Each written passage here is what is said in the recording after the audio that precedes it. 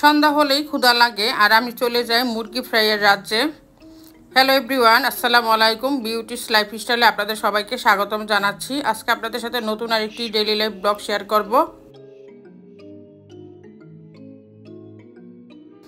তারপর আজকে তো বাইরে প্রচুর কাজ ছিল, ছেলেকে নিয়েও কাজ ছিল, মেয়েকে নিয়েও কাজ। প্রথমে ছেলেকে নিয়ে চলে গেলাম, কিছু কেনাকাটা করবো ছেলের জন্য।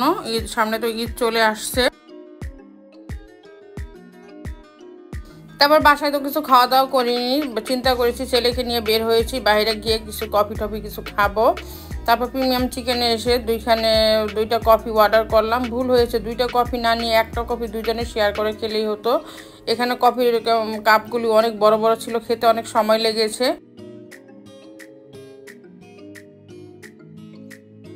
এটা ছিল বিকালের ভিডিও। এখানে আবার আমার দর্জির দোকানে যাব, যেখানে কাপড় বানাতে দিয়েছি।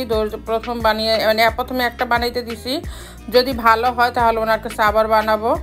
এখন আরও 2 দিন আগে ওই ড্রেসটা আমার আনার কথা ছিল, তখন যাওয়া হয়নি, সময় করে পাইনি।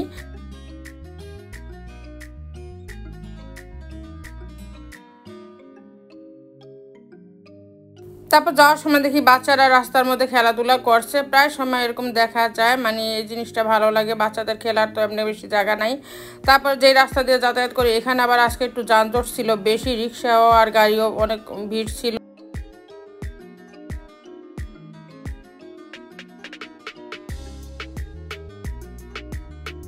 তারপর তো আজকে রাস্তার পাশে একটা ভ্যান গাড়িতে দেখলাম প্রচুর লেবু নিয়ে বসে আছে। এই ধরনের লেবুর ফ্লেভার অনেক বেশি থাকে। তারপর যে টেইলার্সের ওইখানে যাব, ওইখানে আবার চলে আসলাম। ওনার ওইখানে একের মধ্যে 2 কাপড় বিক্রি করে, বানায়, আবার লেজও বিক্রি করে, বুতাম বিক্রি করে।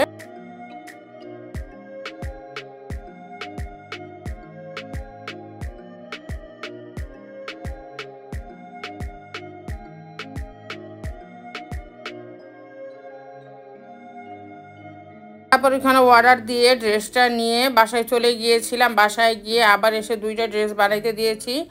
উনি যে একটা ড্রেস বানাইছে ওটা একদম পারফেক্ট হয়েছে। তারপর এখানে আবার রেড চিকেন এসে চিকেন ফ্রাইয়ের ফ্লেভার ডাকে আসলে থাকা অসম্ভব আমার পক্ষে, থাকা যায় না। তারপর এখানে কোল্ড কফি নিয়েছি। যেই রেস্টুরেন্টে যাই মোজো তো আমার একটুও পছন্দ না। আমার ভালো লাগে স্প্রাইট, ফান্টা, কোকো ভালো লাগে, কিন্তু মোজো আমি একদম অপছন্দ করি।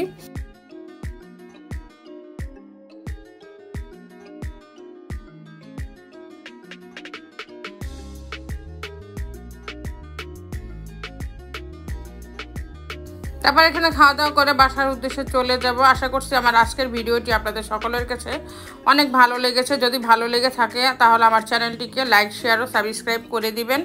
আল্লাহ হাফেজ।